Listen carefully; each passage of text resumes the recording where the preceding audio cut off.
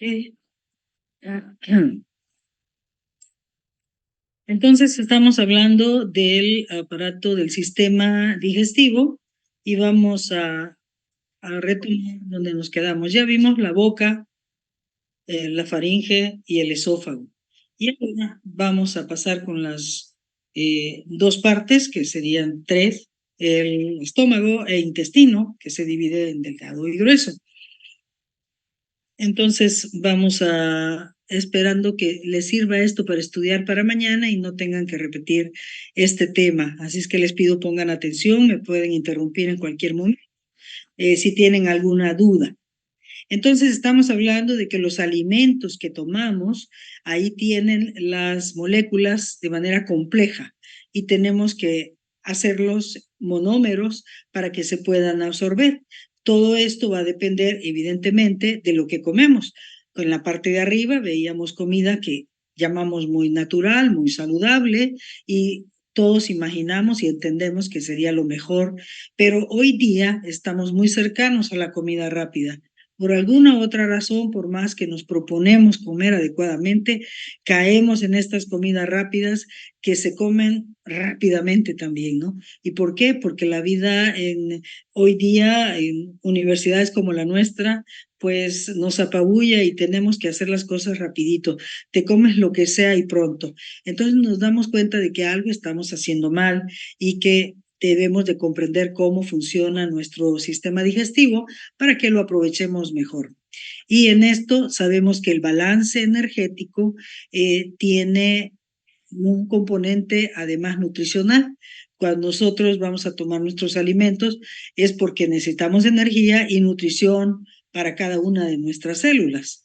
O sea, que tenemos que consumir carbohidratos, grasas, proteínas, que se van a metabolizar a los componentes energéticos por las vías bioquímicas que conocemos y hacer funciones anabólicas con base a esas sustancias que obtuvimos de la alimentación, los azúcares, los aminoácidos, los ácidos grasos, las bases nitrogenadas, para construir macromoléculas. Entonces, esto es un circuito que de manera continua estamos realizando.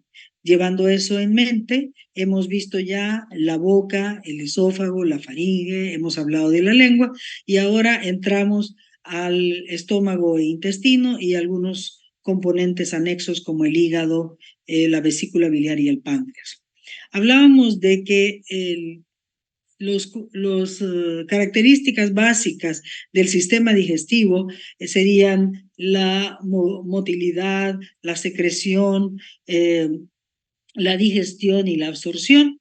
En este caso, hablando del estómago, pues en cuanto a motilidad, tenemos la propulsión. O sea, sí va a mover el alimento, hace una especie de agitación del alimento y se continúa con células que secretan sustancias como el ácido clorhídrico y el pepsinógeno, que van a romper ya así de esta manera algunos de esos componentes que estamos tomando en los alimentos. En cuanto a la digestión, vamos a digerir proteínas y grasas, o sea que la vamos a llevar a componentes más pequeños. Y en cuanto a la absorción, sí podemos absorber lípidos solubles. Así que si vemos estructuralmente el estómago que va a realizar esas funciones, el estómago es un órgano hueco del aparato digestivo que tiene una forma de J. El estómago mide 25 centímetros, así la misma longitud que tiene el esófago. 12 centímetros en su eje transverso, 8 centímetros en su eje antero-posterior, y vemos que está más ancho de una parte que de la otra, ¿no? De la arriba que de abajo. Por eso es la forma de la J. Su capacidad es de 1 a 1.5 litros. O sea, el volumen que podemos tomar. Si nosotros estamos comiendo de más, podemos ir haciendo estómagos más grandes, ¿no? Y sobre todo que las señales que vamos a platicar que nos llegan al cerebro nos llegan tardíamente, porque estamos haciendo que el estómago, para que yo sienta que ya comí, es que está muy lleno. Y a veces nos pasará a algunos de ustedes y a mí que comemos tan rápido, esa comida rápida, porque estamos deprisa, que de repente decimos, híjole, no me hubiera comido la segunda hamburguesa, no me hubiera comido las papas, o no les hubiera puesto tanta salsa, o algo hubiera hecho, ¿Por qué? Porque la señal de que algo hice mal, comí demasiado, tengo demasiado volumen de líquido o de alimento, nos llega tardíamente porque estamos comiendo muy rápido. Entonces podemos cambiar esta capacidad de nuestro estómago. Es la porción del sistema digestivo que se ocupa de descomponer los alimentos. Y ahí empieza con estas secreciones que vimos de ácido y pepsinógeno. El cardia, esta parte de la estructura que estamos analizando, el cardia es el esfínter inferior del estómago en la parte alta del estómago que regula el paso del alimento y evita que el contenido del estómago retorne al esófago. O sea, tenemos aquí un esfínter, una válvula que no deja que el alimento regrese hacia el esófago. Pero todos sabemos de que las personas mayores a veces les pasa esto, o a veces personas jóvenes. Y dices, ¿será que tiene algún problema en esta válvula que no está cerrando bien? ¿O está comiendo un alimento muy irritante?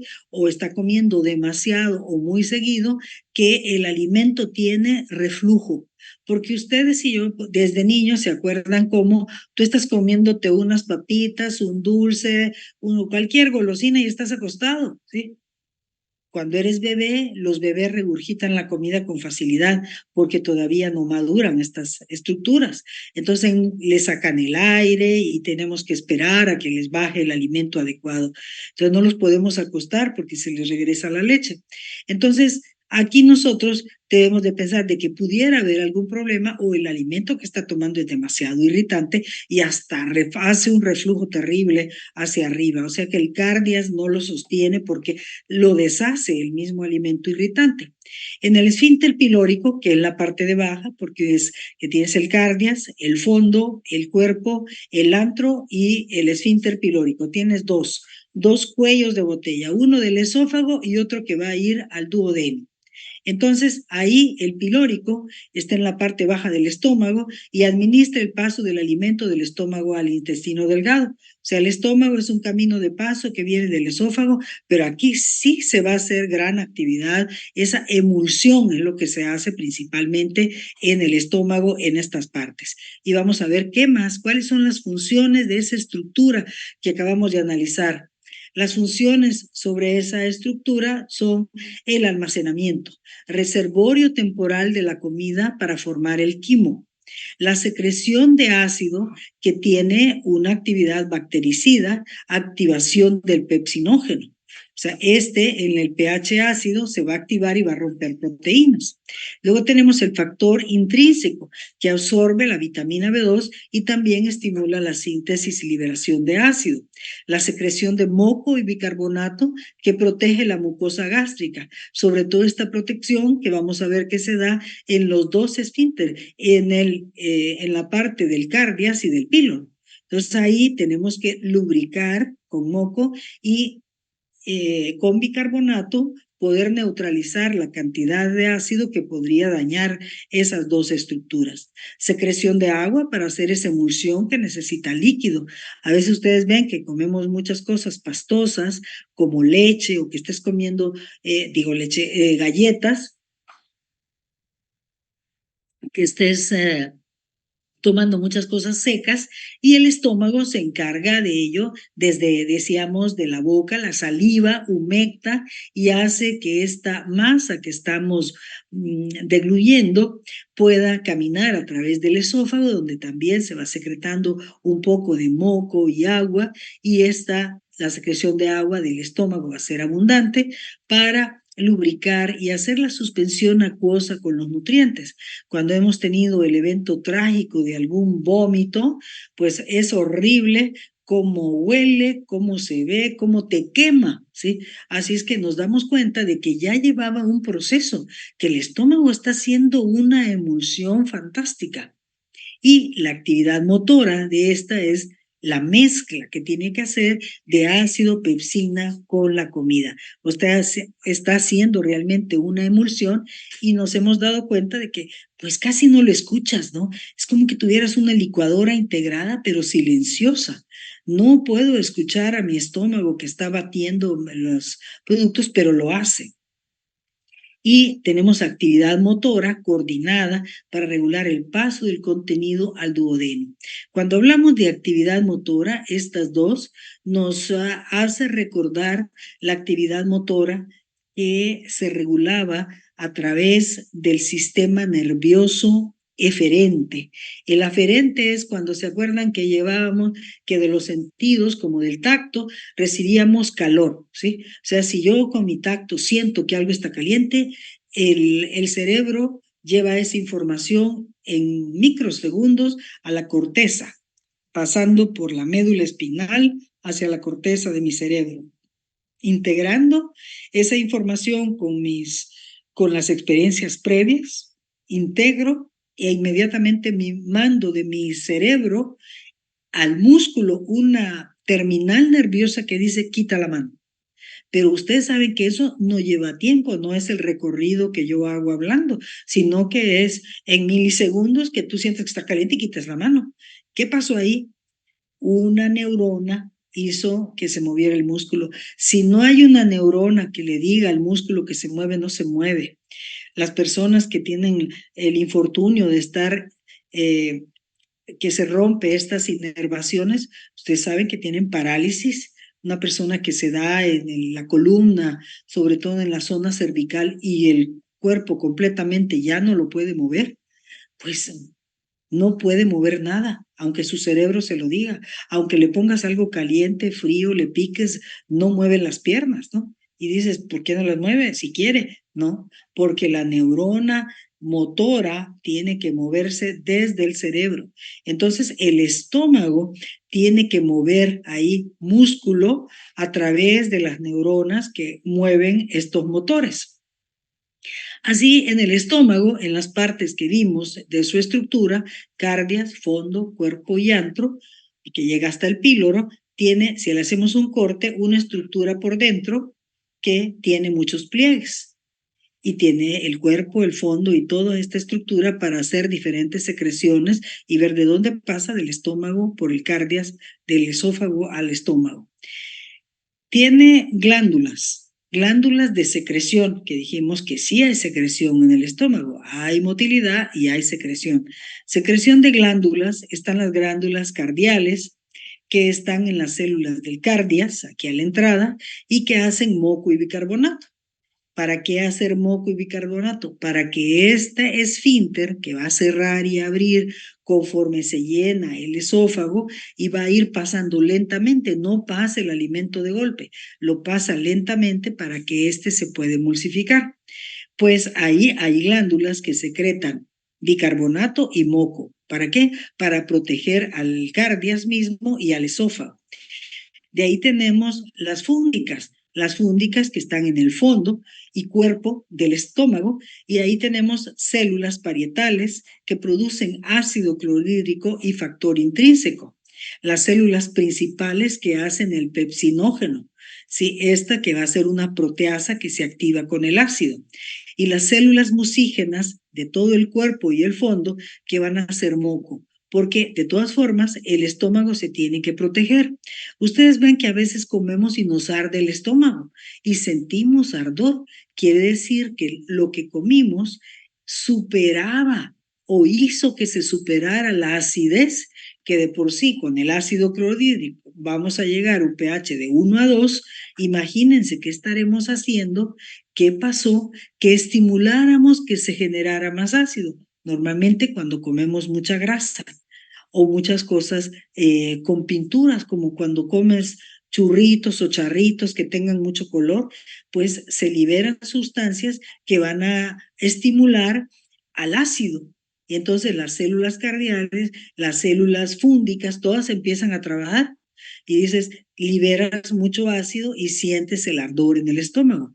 Pero para que esto no dañe todo el estómago, se libera en estas células moco, en todo el fondo, en todo alrededor, en toda la pared del estómago, se genera ese moco para que a pesar de que tengamos mucho ácido, tengamos mucosidad y ese ardor que sentimos en un rato, pues se desaparece porque las células trabajan generando este moco que nos recubre.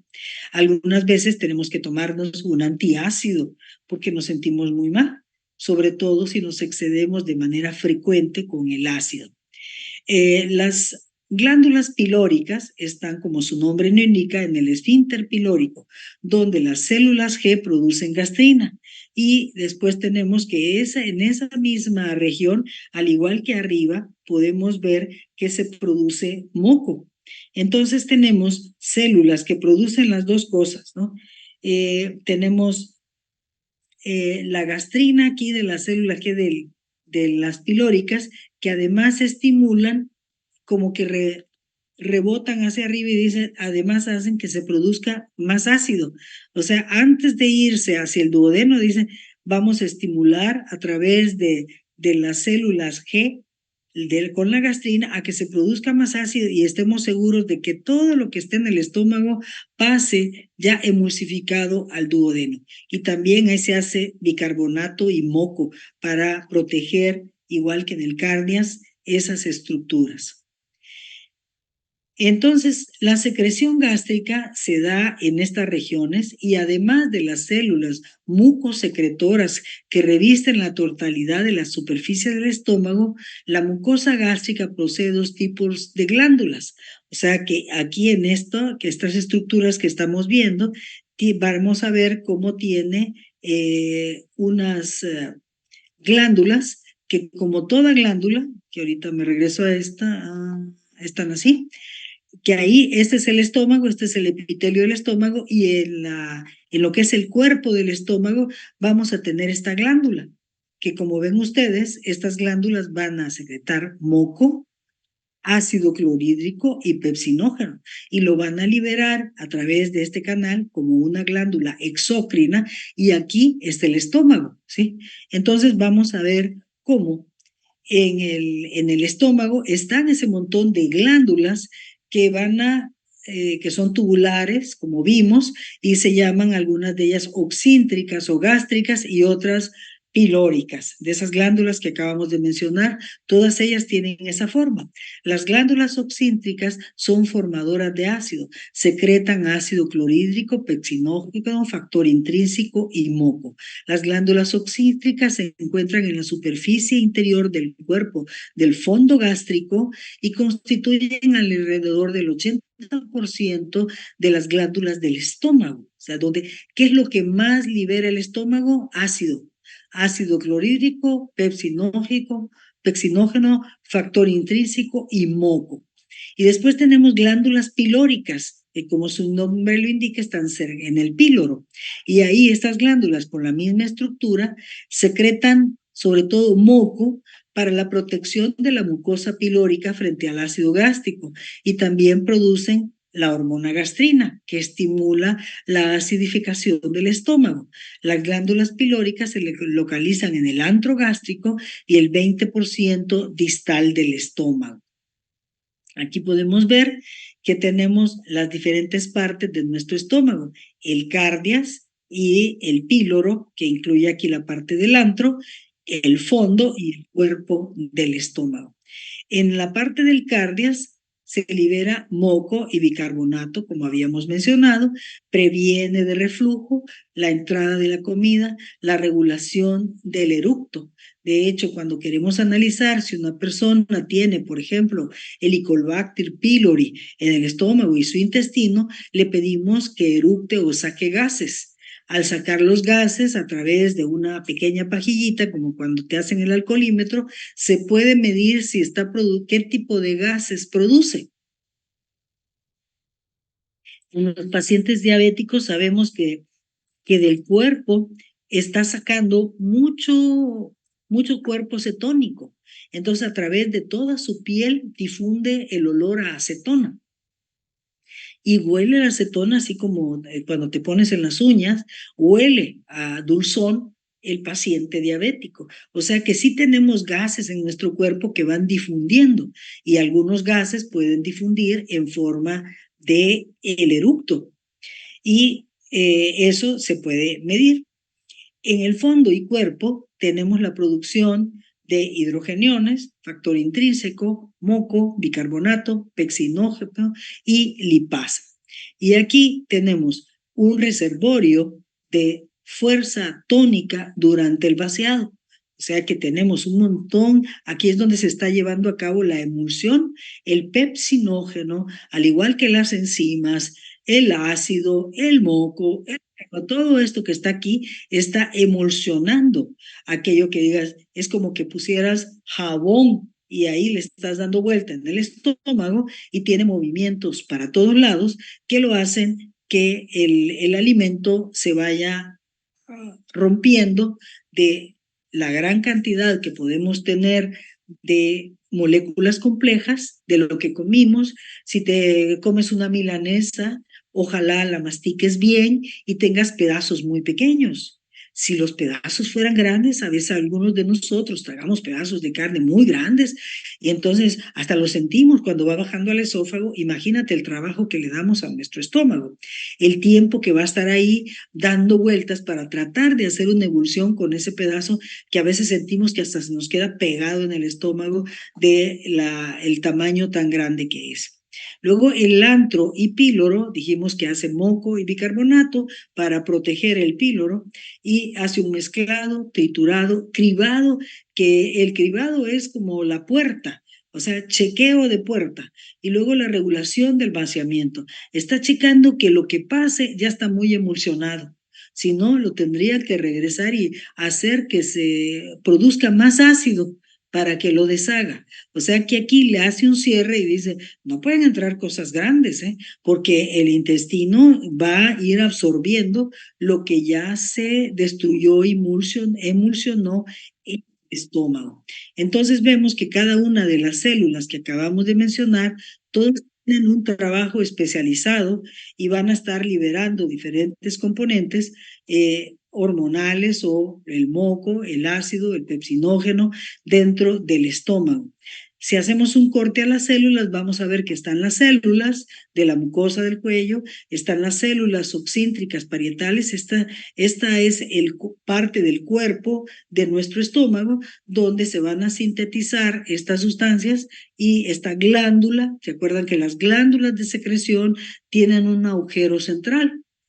Las glándulas de secreción, como las sudoríparas, como las salivales, todas tienen esta estructura, donde se van a sintetizar las sustancias en el cuerpo de la glándula y van a ser liberadas a un tubo que luego hace la secreción hacia afuera, en este caso al estómago. ¿Y cómo es que se produce ácido? Imaginemos de dónde hay una célula que produzca ácido. Es muy interesante la manera como nuestro cuerpo hace ácido para que el estómago lo utilice y baje ese pH y pueda hacer la emulsión. El cloro penetra en la célula a través de la membrana vasolateral en intercambio con el bicarbonato en la célula por acción de la anhidrasa carbónica que produce el bicarbonato. Nosotros en nuestro cuerpo formamos ácido carbónico, que lo vemos aquí. De nuestro metabolismo tenemos CO2 y tenemos hidrogeniones de nuestra cadena respiratoria, de nuestro metabolismo interno que es ácido. Entonces tenemos la formación de ácido carbónico. Este ácido carbónico que se descompone con la respiración, nuestros pulmones están haciendo eso todo el tiempo. Para descomponer el ácido, si ustedes sacan el vaho de su pulmón, va a ser agua, CO2, y va a descomponer en agua y CO2 el ácido carbónico que tenemos, ¿sí? O sea, esos gases que nosotros sacamos son la descomposición de este ácido que está en nuestro torrente sanguíneo, pasa a través del pulmón para que se descomponga y son los mecanismos renal y pulmonar los que están manteniendo nuestro pH. En este caso, en estas células del estómago, se toma al bicarbonato, se descompone en los hidrogeniones y tenemos bicarbonato. El bicarbonato sale del espacio del estómago hacia el intersticio y el cloro penetra. O sea, sale una sustancia negativa y entra uno negativo, que es el cloro, en esta pequeña bomba. Y del otro lado, este hidrógeno sale hacia la luz de la glándula, o sea, hacia la luz de nuestro estómago, la glándula lo va a aventar hacia allá y tenemos una bomba donde mete potasio y saca hidrogeniones. Y por el otro lado, el potasio sale del otro lado si tenemos un exceso de potasio adentro de la célula por esta bomba.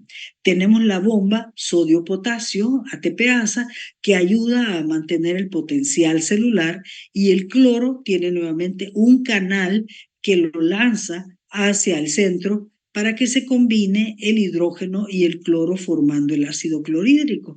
Como ven, no tenemos ácido adentro de la célula, liberamos los dos componentes que hacen el ácido en el estómago. Entonces, el hidrógeno, las moléculas de hidrógeno son segregados a través de la membrana luminal por una bomba de hidrógeno y potasio ATPasa en intercambio de potasio. El cloro entra a la luz a través de los canales iónicos, el canal C y C de cloro, que está localizado en la membrana luminal. El aumento intracelular del calcio y AMP cíclico estimulan la conducción de la membrana luminal de cloro y potasio. Entonces, todo esto está regulado en nuestro estómago, y las células de las glándulas, como las oxíntricas, van a estar haciendo este trabajo sin quemarse ellas. Adentro ellas no están teniendo el ácido, dejan salir los componentes para que el ácido se forme en la luz de nuestro estómago. ¿Cuánto ácido se va a formar? Dependiendo de que estén estimuladas nuestras glándulas. ¿Se acuerdan ustedes que las neuronas tenían un sistema aferente que lleva la información hacia nuestro cerebro de todos los sentidos? Y tenemos un sistema gastrointestinal de 100 millones de neuronas, que son este sistema entérico, que tiene neuronas solo para mi estómago, están mandando información a mi cerebro, y mi cerebro manda un axón que conecta con mi estómago y estimula a que se forme ácido. ¿Cuánto ácido se va a formar? Dependiendo cuánto estoy comiendo. Mi cerebro está recibiendo la información de cómo se está distendiendo el estómago, qué tanto volumen estoy llenando. Si el estómago llega de 1 a 1.5 litros, pues qué tal que yo comí nada más 200 mililitros, 300, 400, o me pasé a 2 litros. Entonces, ¿cuál es el volumen que estoy llenando del estómago y qué tipo y tamaño de emulsión se va a poder hacer? A veces nosotros mismos sentimos de que lo que comimos tardará mucho tiempo en procesarse. Decimos, he comido hasta la peritonitis, o he comido para no comer en 3 días, ¿sí? Y entonces dices, tú mismo sabes que has distendido demasiado el estómago y será muy difícil hacer la emulsión. Requerirá, por tanto, de muchas señales de nuestro sistema nervioso y de mucho ácido, de mucho pepsinógeno, de muchas sustancias, de mucha agua para poder emulsionar y de a poquito eso irlo pasando a nuestro intestino delgado. Así, en la luz del intersticio y la luz de los canales que van de la glándula hacia el estómago, tenemos las células en donde este metabolismo que acabamos de hablar funciona. El CO2 que difunde de un lado a otro para formar el ácido carbónico que dijimos que se descompone, sale bicarbonato, entra el cloro, se requiere agua, las bombas relacionadas con la TPasa para hidrógeno, potasio. Del otro lado, la bomba sodio-potasio ATPasa y los canales de cloro, que de manera facilitada van a meter el cloro hacia la luz del estómago. Al igual el agua, por ósmosis, el agua va a pasar hacia nuestro estómago, donde las sales están jalando el agua, y esto va a permitir que rápidamente, cuando comemos, hagamos el volumen necesario. Así es que nuestro nervio vago, desde el cerebro, está controlando cada vez que nosotros comemos y tenemos aumento en el pequeño aumento,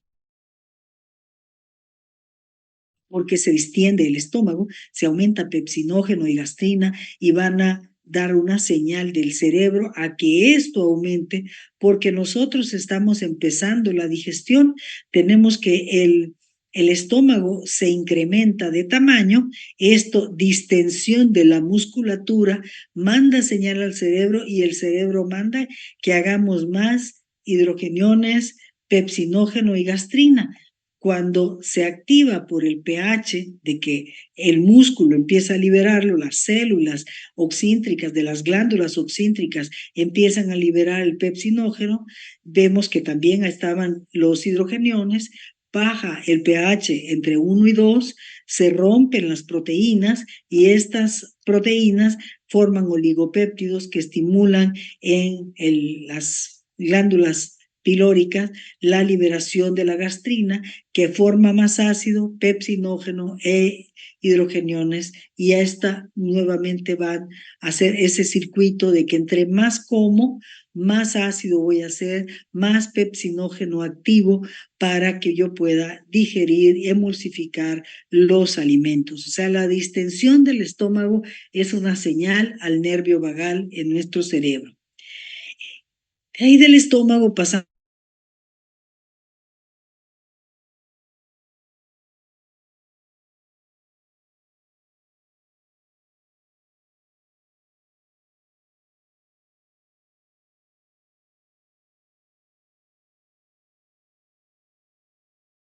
antes.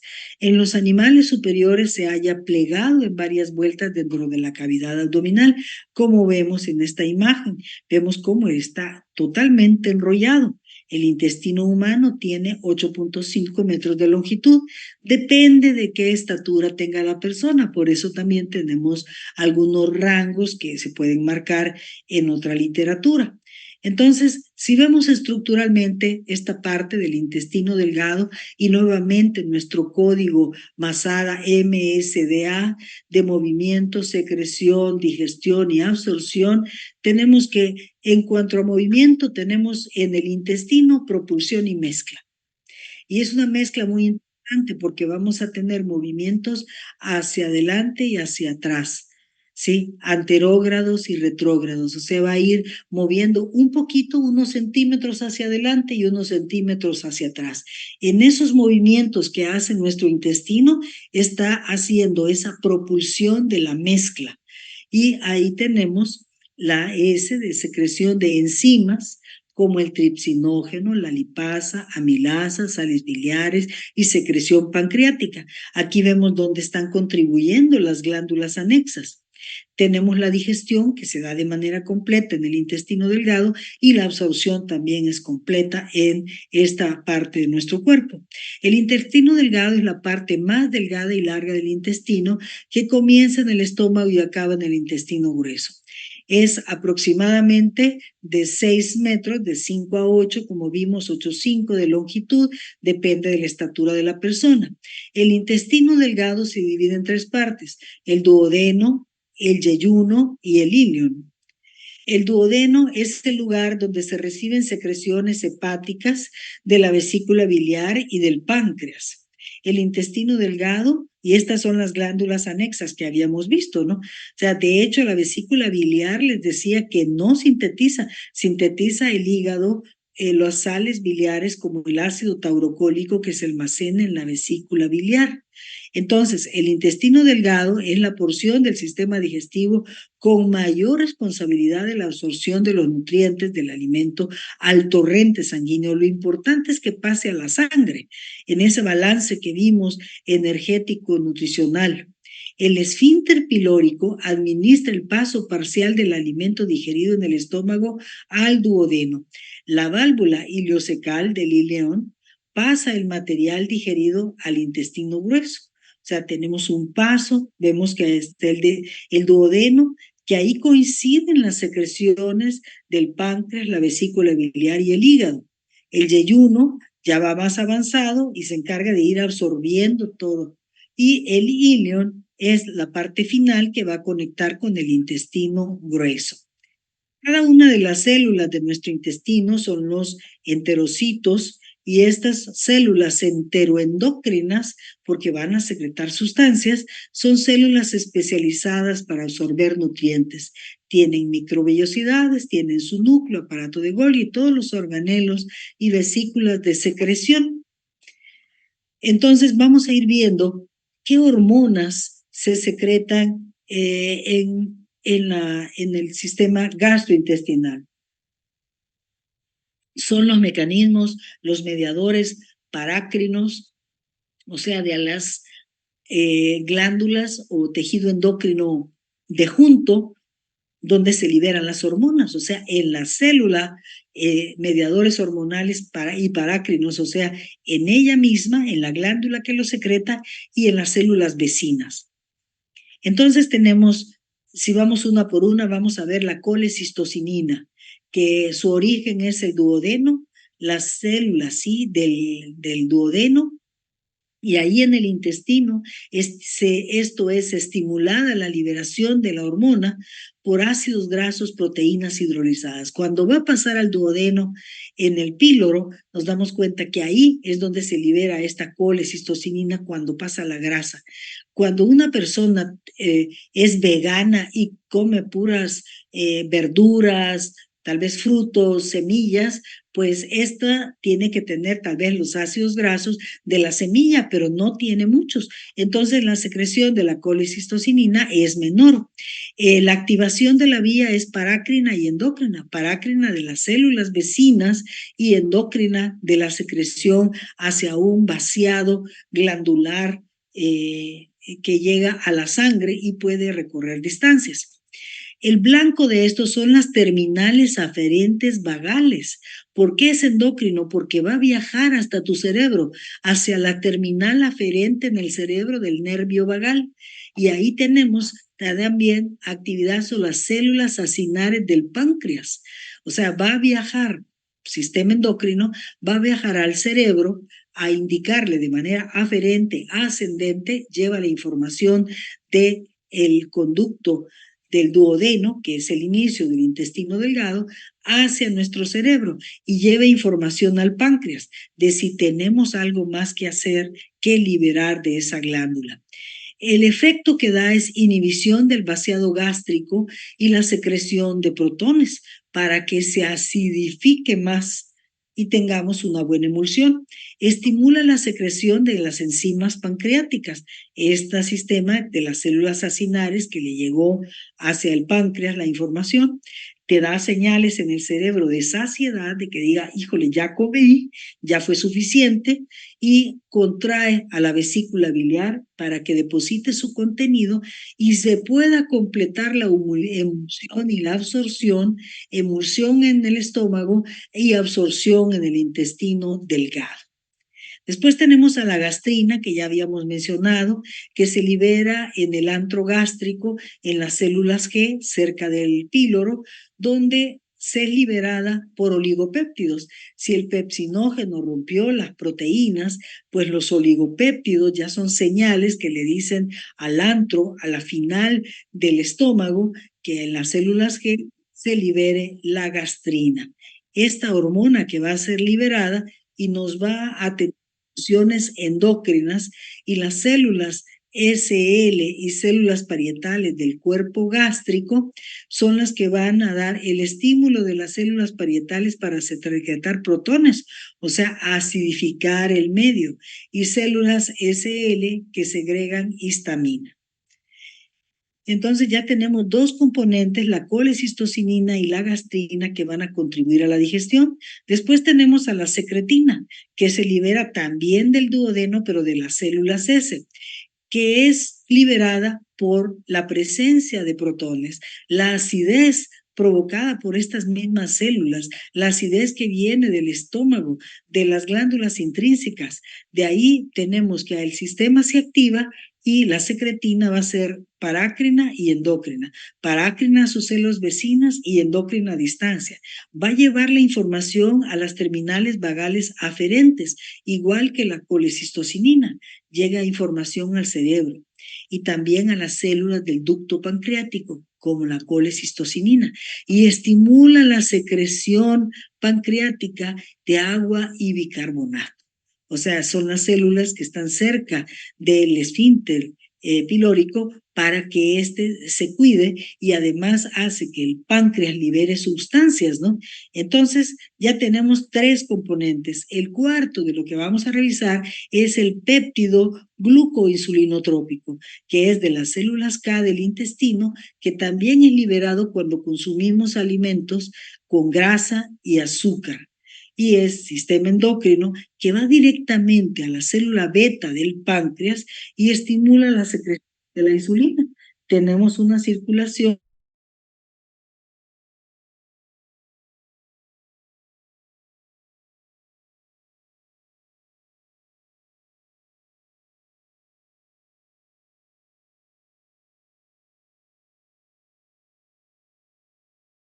por todo mi cuerpo. Inmediatamente la circulación enterohepática manda las señales que llegan al páncreas y este estimula la secreción de la insulina. O sea, la glucosa elevada procesada en la célula beta pancreática libera insulina, pero también este péptido glucoinsulinotropo también estimula a distancia al páncreas.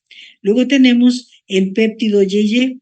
Este péptido que es del intestino, de la célula cele del intestino, y es liberado por la presencia de ácidos grasos, glucosa y proteínas hidrolizadas, todos componentes que vienen del estómago, ¿sí? Y que en el intestino activan sustancias a través de forma endocrina y parácrina desde las neuronas y el músculo liso. O sea, están comprometidos con la motilidad, con ese sistema motor controlado por nuestras neuronas. Ya dijimos que el músculo se gasta el 80% de todos los energéticos que comemos. Y además el músculo, todo él es movido por las neuronas. Entonces aquí es claro que del otro lado decimos, inhibe el vaciado gástrico, o sea, se alenta la motilidad para que se pueda hacer una buena emulsión. O sea, desde el intestino dice, no te vacíes estómago porque todavía estoy aquí haciendo la preparación de administrar productos para que se mueva, se siga haciendo este proceso de digestivo en el intestino a través de la secreción del páncreas. ¿Se acuerdan que de páncreas, vesícula e hígado iban al duodeno? Entonces aquí estas células estimulan la secreción ácida gástrica, o sea, del estómago, la del páncreas, la motilidad intestinal y la saciedad. Entonces va regulando cuál es el vaciado del estómago, la motilidad intestinal y la saciedad, o sea, mandando señales al cerebro que dicen, ya comí, ya se distendió el estómago y es suficiente. Luego tenemos los péptidos derivados de protoglucano, de proglucano, y que estos de proglucagón 1 y 2 en el intestino, en las células L también, y estimulado por ácidos grasos, glucosa, proteínas hidrolizadas, sistema endocrino y parácrino en neuronas y células epiteliales, donde regula la homeostasis de la glucosa, la proliferación de las células epiteliales. O sea, que se recupere mi intestino, que siempre tengamos células activas jóvenes en las microvellosidades. Así en el intestino, si recordamos cómo está así hecho todo el tubo, dijimos que todo es una tubería en continuo.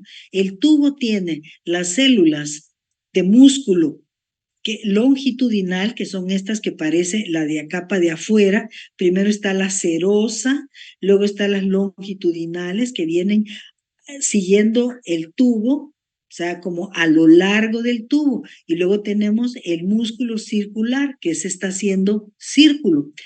El que estos dos estén en forma diferente, uno círculo alrededor del tubo y otro longitudinal, abrazando pero alrededor, como empalizada, alrededor de nuestro tubo, abajo de la serosa, son estos dos músculos los que dependen de la información de nuestro cerebro para moverse más o moverse menos. La mejor digestión se da en la noche, cuando tú te vas a dormir o cuando tomas los alimentos. Por eso antes nuestras madres, o no sé si a ustedes en la primaria, ibas al colegio, regresas a casa, tomas el alimento y tu mamá te dice que te recuestes un rato. Normalmente, igual en las guarderías, a los niños los duermen un rato después de comer. En las escuelas donde están internados también comen y todos se van, ya sea que pongan unas esteritas en el piso o regresan a los dormitorios y los niños tienen que dormir unos 15 minutos. O sea, nos mandan nuestras madres a dormir en nuestra casa y los bebés se quedan dormidos. ¿Por qué? Porque es el momento en que la sangre se va al estómago. Cuando tú comes, ya ves que dice, dicen de México, me dio el mal del puerco. ¿Qué es eso? Me dieron ganas de dormir. Y me dieron ganas de dormir, ¿por qué? Y todos decimos, ay, acabo de comer y tengo un desguance. ¿Por qué?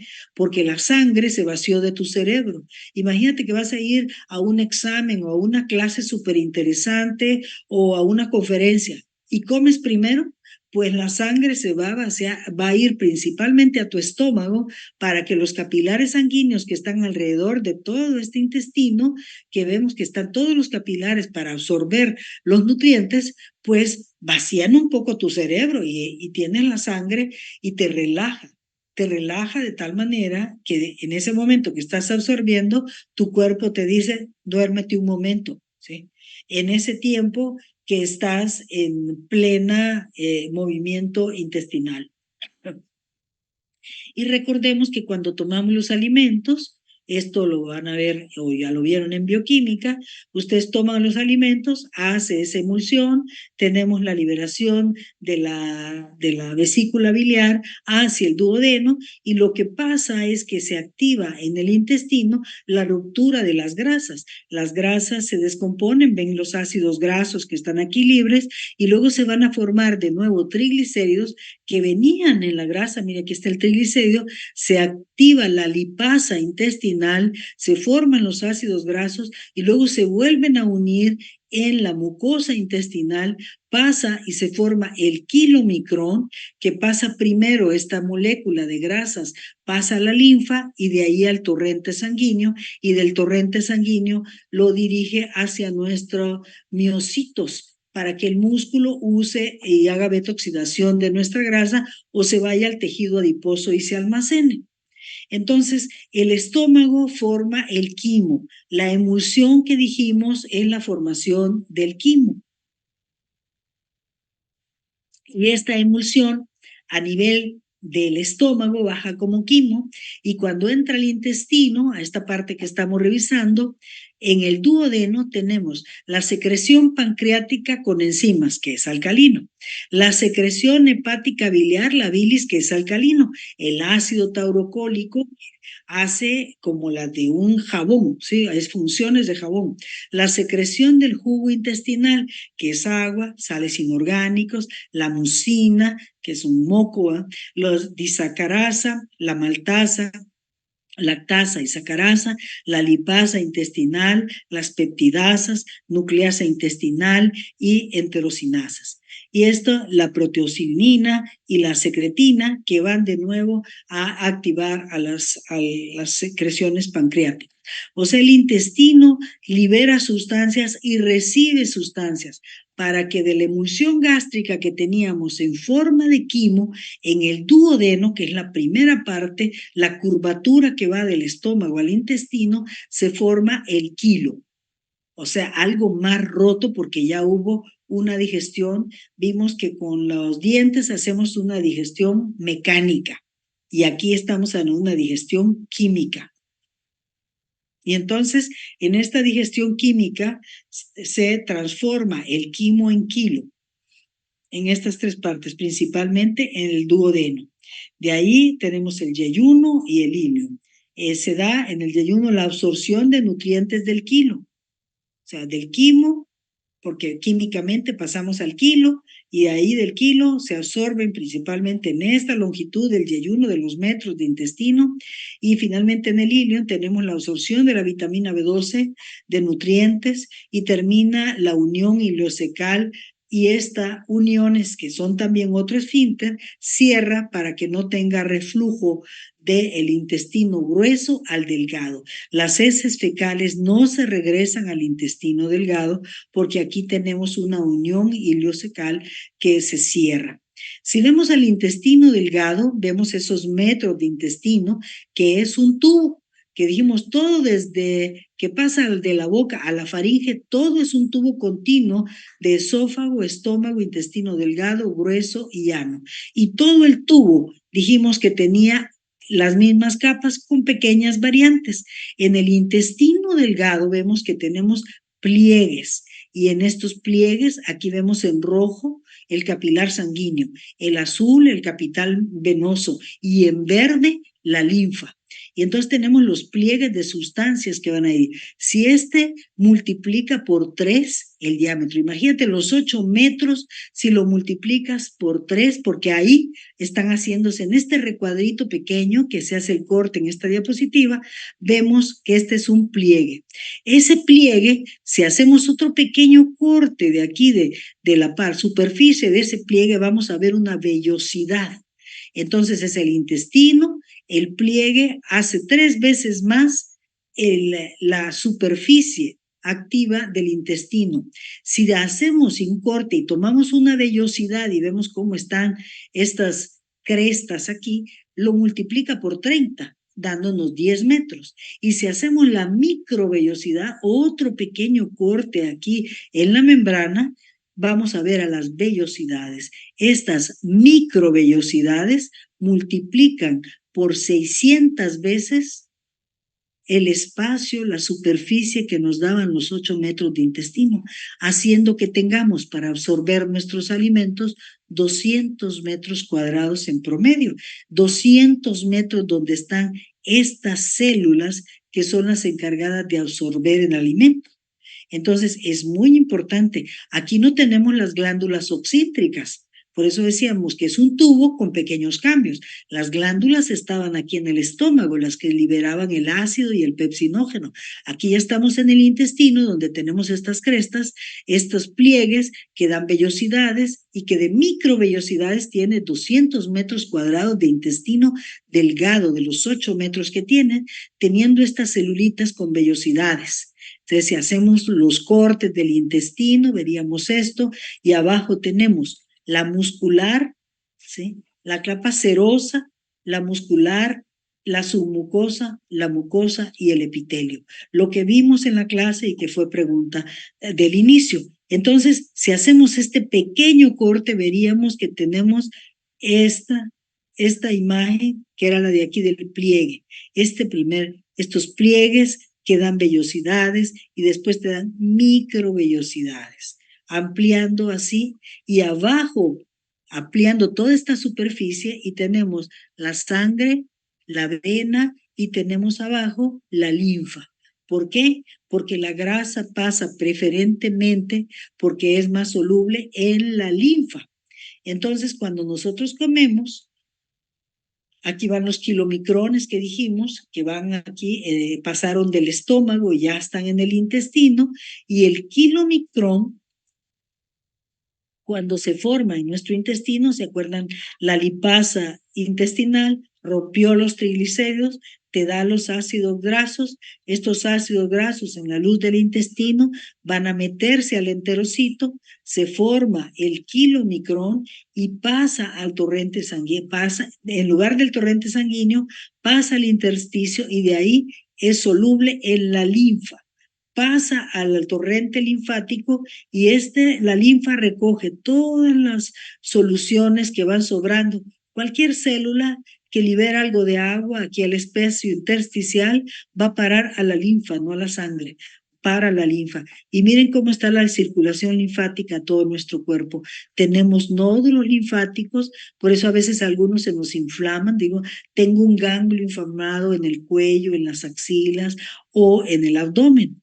Estos ganglios son los encargados de protegernos de nuestro sistema inmune. Y aquí tenemos células del sistema inmune en todos estos ganglios que nos protege. Y aquí sensa si tenemos algún microorganismo, como pasó con la pandemia, los virus entraban a estos ganglios, a la linfa, y la linfa, aquí las células de nuestro sistema inmune lo atacan, ¿no? Y nos defienden.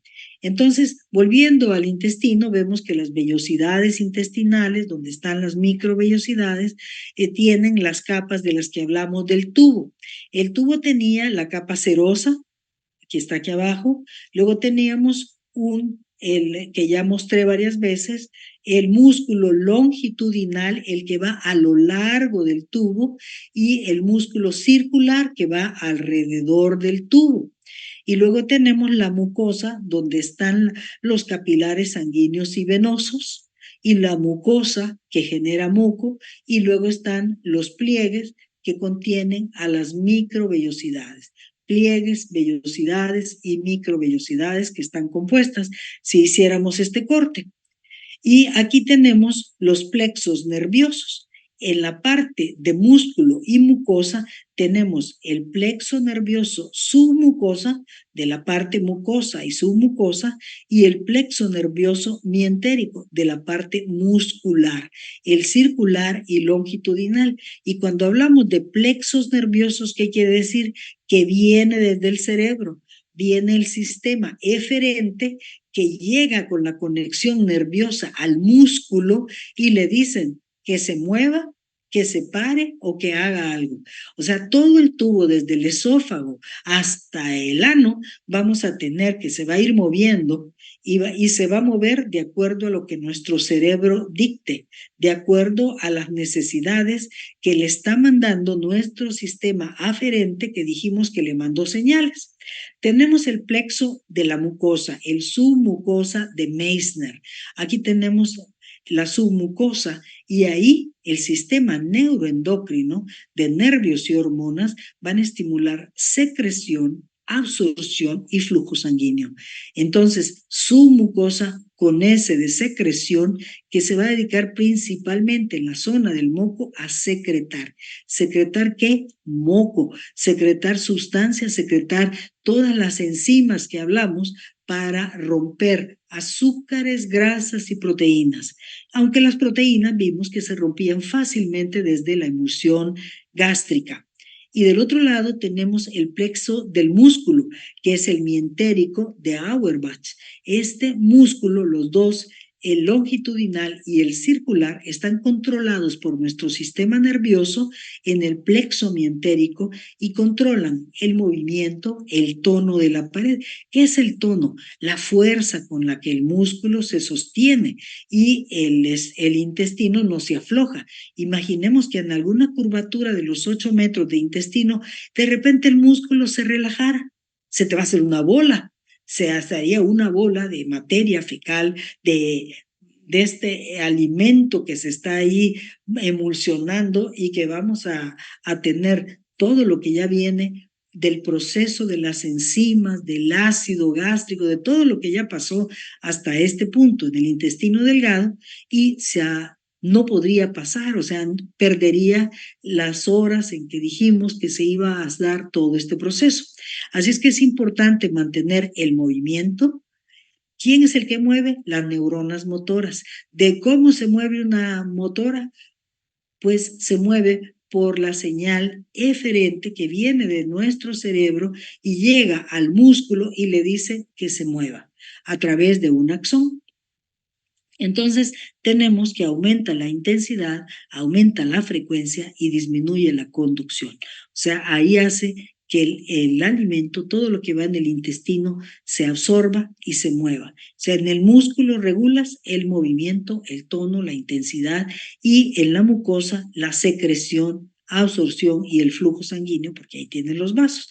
Entonces teníamos las capas que ya volvemos a mencionar, las vellosidades, el epitelio, una lámina propia. Las láminas son como la membrana basal glomerular del riñón. Todos los epitelios tienen una base donde están sembrados. En esas bases, en el riñón era la membrana basal glomerular de colágeno tipo 4, más otras proteínas, y aquí es una lámina propia, es una lámina de proteínas que está sosteniendo al epitelio. Abajo tenemos la mucosa, la muscular de la mucosa y la submucosa, las que generaban moco para que se proteja nuestro intestino. Y abajo tenemos el sistema muscular circular y el longitudinal que van a controlar el movimiento peristáltico que requiere nuestro intestino para ir moviendo el bolo alimenticio y la materia fecal posteriormente. Aquí entran en conjunción el sistema simpático y parasimpático. Tenemos nuestro sistema nervioso autónomo que van a decir a través del nervio vago, que ya he comentado varias veces, van a activar a nuestro intestino y de acuerdo al momento en que estemos, dijimos que el simpático y el parasimpático tienen acciones del día y la noche. El parasimpático normalmente para durante la noche y el simpático nos hace simpáticos de día. Entonces, este era el que hace que la pupila se dilate y que este hace que la pupila se relaje. Entonces, a mediodía, cuando nosotros estamos comiendo, porque la sangre se va al estómago, empezamos en una suerte de relajación y es el sistema parasimpático se activa y activamos la digestión. Terminamos, por ejemplo, en la noche fácilmente de digerir nuestros alimentos y porque el sistema parasimpático se activa y esto promueve digestión.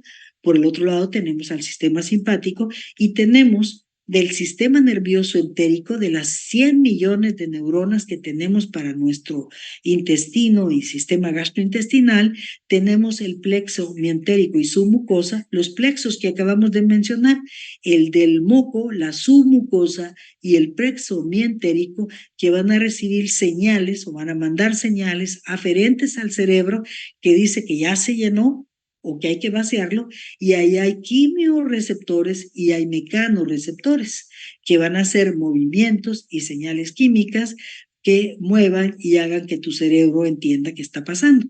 Así que el intestino, que dijimos cómo va con sus capas, los dos tipos de músculo, los capilares sanguíneos que van adosados a ellos, y de la vellosidad, la cresta y las microvellosidades de este control nervioso que está sobre él, vemos que en la parte del plexo mientérico, el plexo submucoso, vamos a tener señales del sistema simpático a través de ¿quién? De la acetilcolina y el sistema parasimpático de la noradrenalina. Estos van a ser liberados en diferentes momentos, ya dijimos, principalmente el día, el simpático, la noche, el parasimpático, pero se van activando a diferentes horas, depende de qué estemos haciendo, activando o inhibiendo nuestra digestión. Y en medio del intestino vamos a tener lo que se llaman las placas de Peyer, que es, si bien tienes la vellosidad, tienes espacios que están un poco separados. Las placas de Peyer son unos cúmulos de tejido linfático que recubren el interior de las paredes del intestino delgado, constituido por células sensibilizadas y especializadas en identificar los antígenos asociados a los alimentos.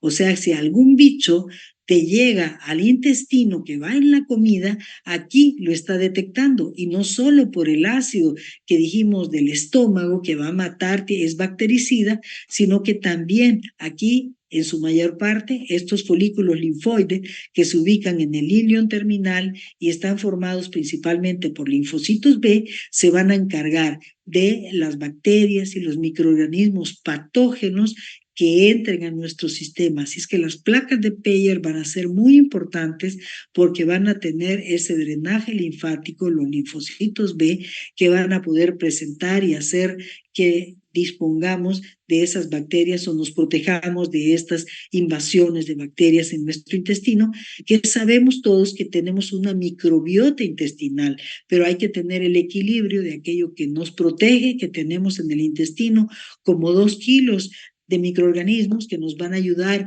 a procesar nuestro alimento, a lo que tenemos de patógenos que pudieran entrar y darnos una enfermedad que normalmente es pasajera porque el intestino se regenera muy rápido. Ustedes ven que de un cuadro diarreico, en 24, 48 horas, estas células se recuperan de manera rápida.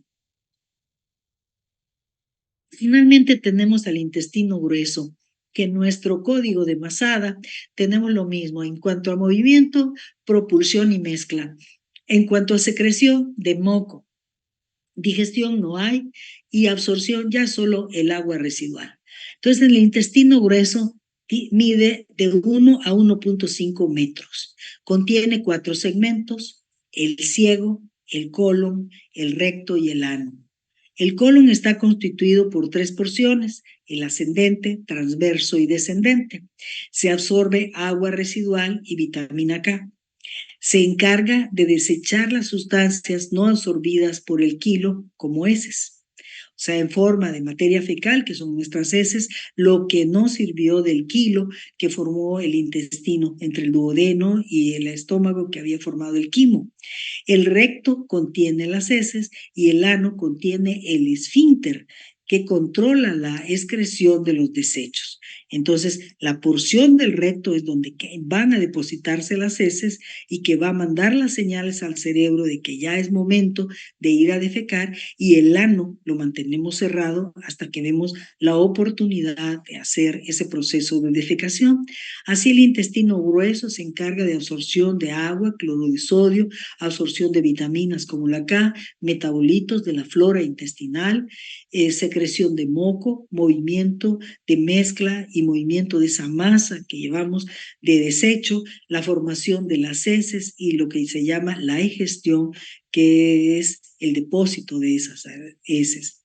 Es que cuando pasa a través del ciego y digas, tengo primero el vaciado del intestino en la válvula ileocecal, que también, igual que el píloro o el cardias, van checando cómo va a pasar esta masa que viene líquida del intestino delgado, pasa de forma líquida, se hace semilíquida cuando termina la parte ascendente, la parte transversal hace una papilla, luego se hace una masa semiblanda hasta formar el semisólido, que es preparado para su excreción como heces fecales sólidas, pero blandas hasta cierto punto para que no dañe el recto y el ano. El sistema que hace el reflejo de la defecación necesariamente pasa por el cerebro. Y entonces vemos aquí el cordón neural que dice las fibras nerviosas aferentes. Quiere decir que llevaron la información desde la disposición del recto, llevan la información de que este músculo que tenemos aquí, que ya vimos las capas longitudinal y circular, están distendiéndose, o sea, se están estirando. Y cuando se estira, al igual que se estiró el estómago y mandó señales, aquí se estira y manda señales de que hay que defecar. O sea, esta masa que está aquí ya tiene 2 días y medio de que tomó los alimentos la persona. Y entonces manda la señal al cerebro para que estos sean expulsados. Y al mandar la señal al cerebro, el cerebro igual y con todos sus nervios manda a la motilidad del intestino, y por tanto tenemos la señal de reflejo de defecación y tenemos las neuronas motoras que abren el esfínter del ano en el momento que decidimos defecar y la persona defeca. O sea, les hago el comentario también de que tienen ciertas enfermedades donde estos músculos se aflojan, hay problemas intestinales graves, o las personas con diabetes, que el cordón neural está deficiente en su función porque no se oxigena adecuadamente, y por tanto de repente el paciente diabético tiene un estreñimiento pavoroso y posteriormente defeca de manera profusa en cualquier momento, pero ni siquiera se da cuenta, porque este cordón nervioso aferente que le manda a indicar que ya está lista la materia fecal para salir, esto no lo tiene funcionando. Y de repente está muy lleno el intestino y como que fuera un cable que hace falso contacto, de repente hiciera un pequeño como contacto tipo cortocircuito y la persona defeca de manera profusa sin darse cuenta. O sea, eso hace que los diabéticos terminales ya no puedan andar en la calle porque ya no pueden controlar el intestino. Y si bien para el problema de la micción podemos usar alguna suerte de pañal, imaginemos que mantener la materia fecal en un adulto sería muy difícil, sobre todo con estos, igual que te imaginas un vómito en propulsión, una defecación en propulsión que tienen desafortunadamente los pacientes con diabetes terminal. Tenemos la circulación enterohepática que mencioné, pero esta imagen me permite recordarles que esta circulación viene de las arterias al tubo digestivo y pasa por la vena de regreso ya con todo el alimento. Los capilares del sistema digestivo, del estómago, intestino, páncreas y vaso, tienen esta circulación a través de la vena porta. O sea, es el sistema portal que dices, ¿Qué tengo? Los nervios, sistema vagal, que me va a decir que se mueva, se pare, sistema simpático y parasimpático de los autónomos. Y aquí tenemos el circulatorio que viene para acá y dice, vengo por la arteria, pasa por el sistema digestivo, recorre envolviendo el intestino, como vimos en riñón, y del otro lado sale por vena porta con todos los nutrientes y le va a decir esta información inmediatamente al hígado, no llega al corazón, está llegando del intestino, pasa al hígado y le indica qué más secreciones se necesitan para que se siga haciendo la digestión de lo que falte digerir o del sistema periodo postprandial que tenga la persona. Entonces, de esa manera va circulando y circula del hígado al páncreas y el hígado produce las sustancias como el ácido taurocólico que va a ser el componente principal de la vesícula biliar que va, como vimos, a depositar el contenido, dependiendo de lo que necesitemos de las grasas que hayamos comido, al duodeno. Entonces, de esta manera, la circulación a través de la vena porta nos lleva al hígado todo lo que nosotros, todos los nutrientes que acabamos de absorber y de ahí los distribuye a todo nuestro cuerpo. Así hemos evaluado todo el sistema gastrointestinal, hemos hecho un recorrido por cada uno de los elementos y sabemos que todas los puntos, los esfínteres que marco en esta diapositiva son importantes, o sea, todos los componentes, todos los sitios de sensado, bloqueo, la conexión neural, la conexión endocrina, vimos todas las hormonas y vimos una a una cómo se iban liberando, de qué era sistema endocrino, parácrino y qué hacían, y en cada uno de los puntos donde decimos que se sensa y se vierten los productos, y finalmente hay imágenes como esta que la bajé de la red, que está muy compleja, desafortunadamente no está con buen foco, no sé cómo se pudiera conseguir, pero está muy bonita porque tienes todo desde el cráneo, cómo están los dientes, la digestión depende de que tengas la dentadura completa, mastiques, salives, la saliva que te echa del 1 a 1.5 litros por día, las señales que vienen del cerebro. Recuerdan cómo desde el ojo podemos nosotros empezar a salivar, está conectada las glándulas salivales, las 3 glándulas con nuestro cerebro, con nuestros ojos, y eso hace que empecemos a salivar desde la corteza del cerebro, donde hemos guardado todas nuestras experiencias e integramos ese conocimiento.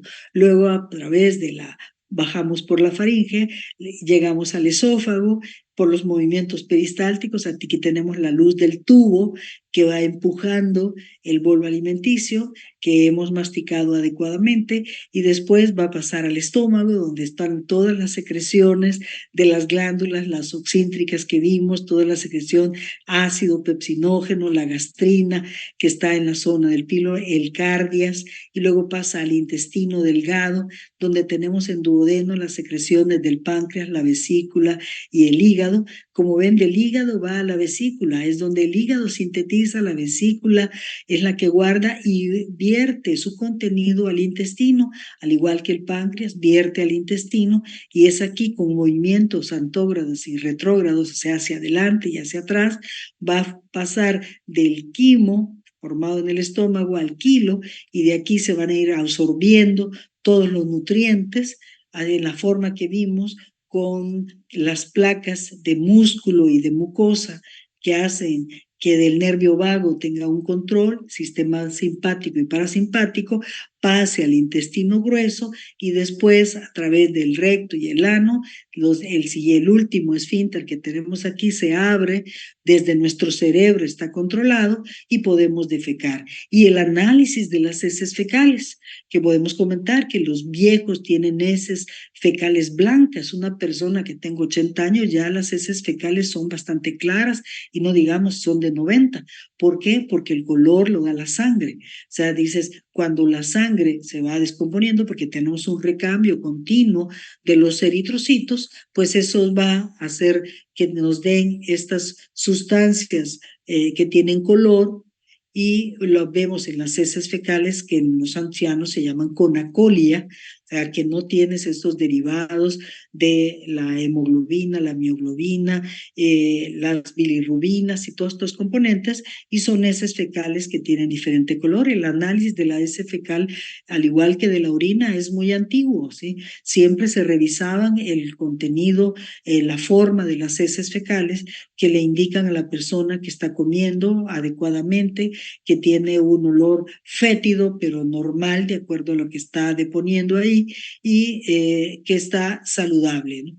Entonces hemos hecho todo este recorrido y acotado a todos los puntos que nos pide su programa.